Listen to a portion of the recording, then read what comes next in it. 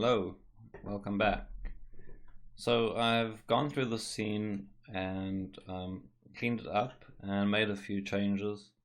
So I'm going to do a brief recap of what's different from the previous video and then show you where we're at in terms of the result and the look. For starters, I actually ended up, I'll just go through this. I changed the density of the volume simulation to use volume scatter. So if I show you what happens here, before I had it on surface, which automatically takes the velocity, but if you fill the entire sphere, which is what I wanted to do just to make sure there was no gap in the middle for the volume sim, I had to attribute transfer the velocity back onto the scattered points. So that's the only change there. And then I actually didn't change any of the settings in the volume sim. I just left those the same. I've ended up locking the scatter. I was getting some strange cooking where Houdini would re-cook the scatter while I was trying to move the noise around, so I've just locked it in case that comes up again. Not sure why that was happening. So most of this you've seen. What I've done is I've put down a point replicate after the scatter, so that because I locked this off, so we don't need to compute that at all. And for one pop sim, I can have more points than another one. Let me show you just what I mean exactly. So here I've got the same points, and at the moment I'm not even increasing the amount of points. This one is the same as the scatter, and then this one has 10 times the amount of points. So it gets a little bit more full. So I'll show you why I've done that in more detail when I show you the results. Here's the noise I had before. Just made a few tweaks. And then, I guess most importantly, what I have done is before the pop sim, I've just put down a switch and a null. So at frame 70, .f greater than 70, it switches to the null, just to stop sourcing particles into the stop. So I did that based on when I thought the portal should be dissipating. So in this case, if we look at the character, he hits the ground, and then I expect as he comes to a rest, the portal will do whatever it needs to do there. So I've just plugged that whole switch into all three of my sources. Inside here, I did end up in the first pupnet. Let me cancel this. Basically, it's busy cooking on frame 1 because I've set the volume sim to start at -20 and the pupnet as well. Just because I don't want any time to wait here. So once we're looking at the ropped out point cloud, I'll have a solid sim. And what I want to do is in SOPs after the sim try and make that moment that the portal sort of unwraps from nothing. I still want points there, so that saves me trying to do anything awkward with the sourcing. So we just have points now from frame 1, and we'll worry about it in SOPs afterwards, how they appear. So let me just set this pop back to 1.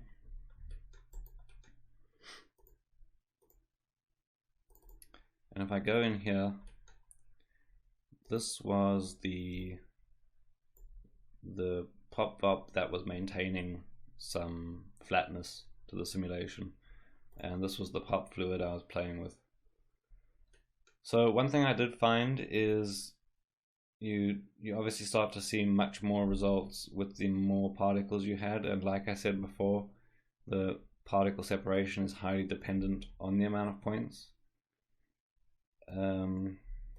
So this is actually too high here. Basically what I've done is I have the scatter set to that 200,000,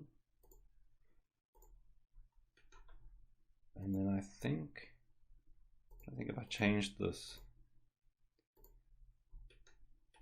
but I found that a good value where I started to see an actual pop fluid reaction in the solver was 0.005, which is pretty small, I think. For now, I'm going to put this back up. This is my sort of testing number, and so we can see what it does. But basically I tweaked these. I mean, if you read the captions that come up, it's pretty self-explanatory, but it's probably worth looking online and seeing if you can get some good examples, or looking at the documentation. So this is quite slow, because there's quite a lot of points now. This is kind of at the point where I feel there's probably enough points to make this sort of production ready. And you can kind of see here the kind of fluid results. Let me switch this back to disks.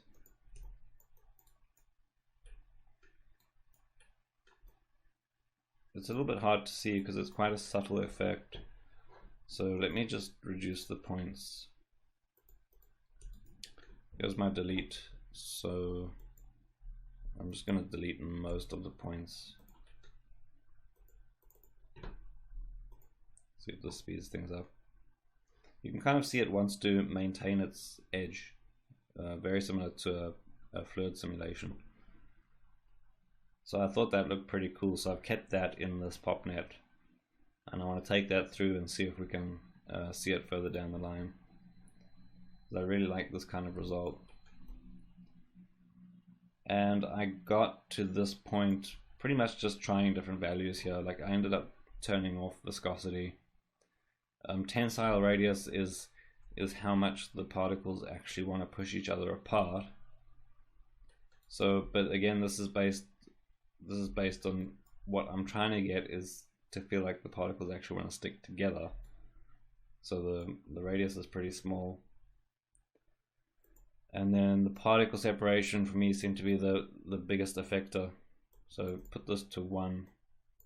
You'll see that the whole surface tension kind of look is just magnified. So the whole simulation wants to stick together.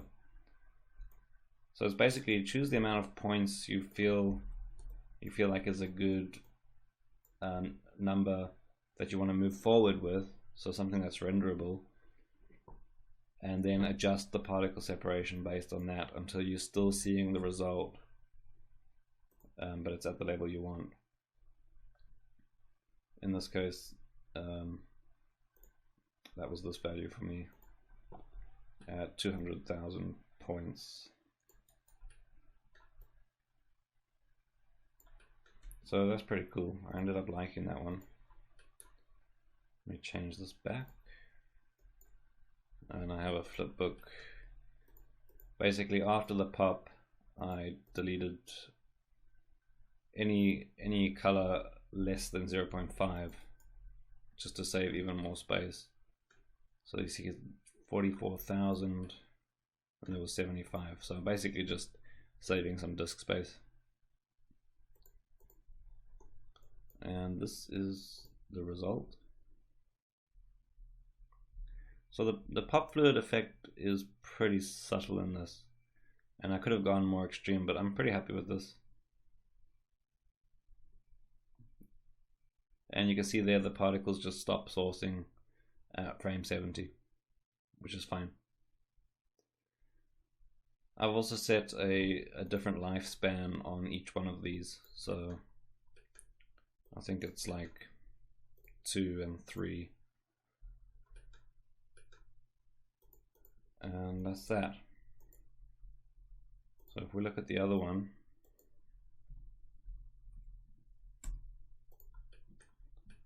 I have the same thing. I have slightly different noise. Put in the same source stopping.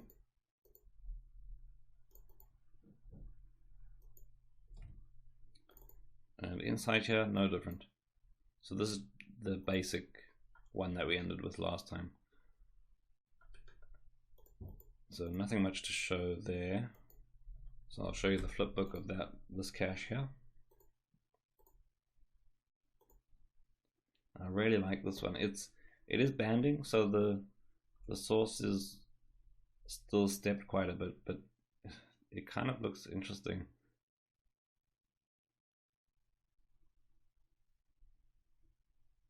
It kind of floats up, I guess because the volume might be lifting up slightly there, or not sure. But pretty happy with that one. And the last one, this was the one that has much more points. I went for a pretty rough noise here. That's changing very quick.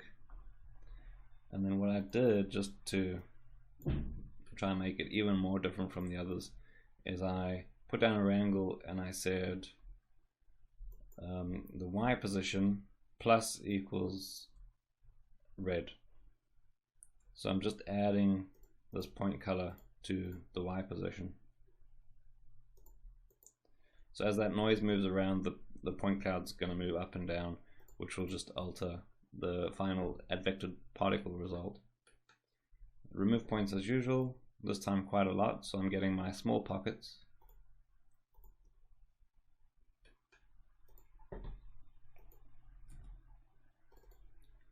Inside here, same. No changes there either.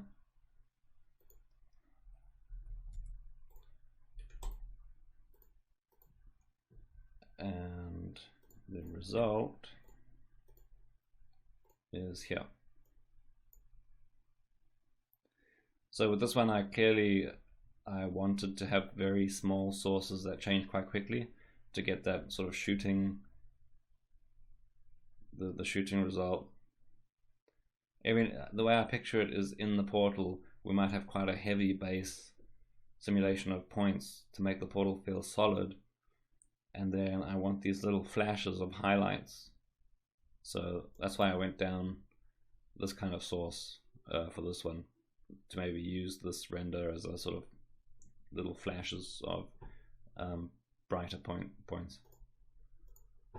So that's that. So you can see it's pretty much the same from where we left off, just with a few tweaks, and then basically experimenting and writing these out so I could show you guys. It didn't take too long.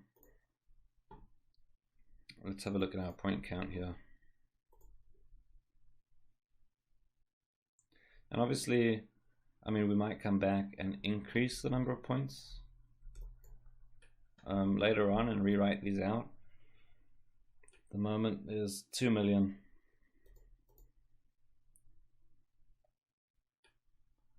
$5 million,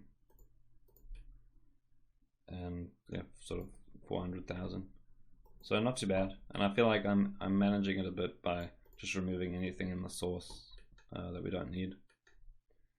So I'm going to end this one here, and then basically we'll start to try and manipulate these sims now, and just see like how far we can take these base simulations that basically aren't really doing anything that we want from the portal, and try and sort of turn them into a portal, because I feel like comfortable that we have some interesting movement and we've got good like a good base to work from, but we need to somehow still turn this into a portal that opens and closes and everything else. And you'll also note that, I mean, up until now I've not used any sort of advanced techniques. This is all pretty basic stuff, and that's kind of the way I work. I mean, it's just finding the quickest way to get something, and as long as I have something that's usable, I can iterate on it later, and I think still use a bunch of interesting SOP tools to turn it into something that looks much more complicated than it is. And just finally, on the ROP, you can see I've used that expression that I put in the null on object level. So that's just ROPing out to the location I've set as cache into a folder called FX Portal, and that one's ROP will be, the file here will be the name of this ROP, like that. So I'll see you guys in the next video.